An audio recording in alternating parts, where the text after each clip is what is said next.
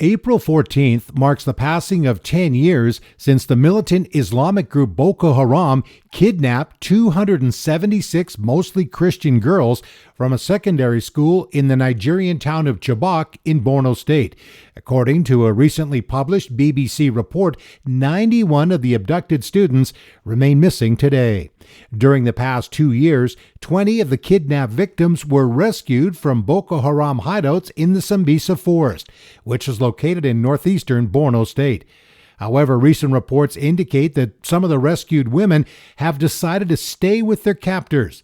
The state government's response to this situation has sparked outrage among the parents, including Yama Bulam, who was heartbroken to discover that his daughter Jinkai remains married to the militant who once held her captive. The fact that some of these now young women, like Jinkai, have decided to stay with their captors is not surprising to Reverend Margaret Odinga. This Christian leader serves as the director of Mara's House, a trauma center for women and girls near Jos in Plateau State, Nigeria. No, I'm not surprised by that. You know, these Chibok girls are girls from a low or deprived financial background. They were forcefully taken away, and then they've been deprived of any relationship from their families or friends. And they've been kept for a very long time. You know, not because they really want it. They've been forcefully taken away and definitely kept under threats.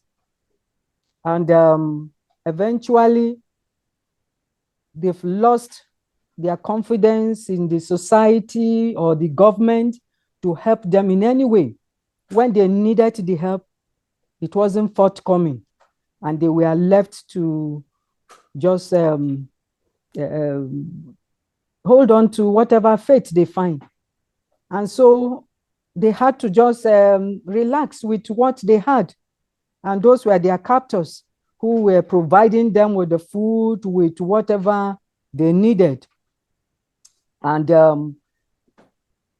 coming out, they've already bonded with them with their false promises, forcing them to, accept Islam, or otherwise maybe killed them. In fact, some of them were told were beaten or even killed. Some we don't even have their records, And those who refused to accept Islam were made to serve like slaves, even in the forest with them there. So they had no option. I'm not surprised that, they are ready to remain, because they already feel coming into the society who will accept them. There's this stigma as to they already have children who will marry them again. So they are better off with the ones that they have. They say the devil is better than the angel you don't know. Yeah. The government are not making any arrangement to receive them into the society. No provision is made for a better life for them. So they feel, and they are young people. They were captured as young people, no skill, no education. So I'm not surprised. I think they just feel that is the better. They are better off with their captors. Reverend Odinga also explains how traumatized Nigerian women and girls are receiving much-needed healing and hope at Mara's House. To watch the entire interview, click the link above or subscribe to the Closer to the Fire podcast from the Voice of the Martyrs Canada.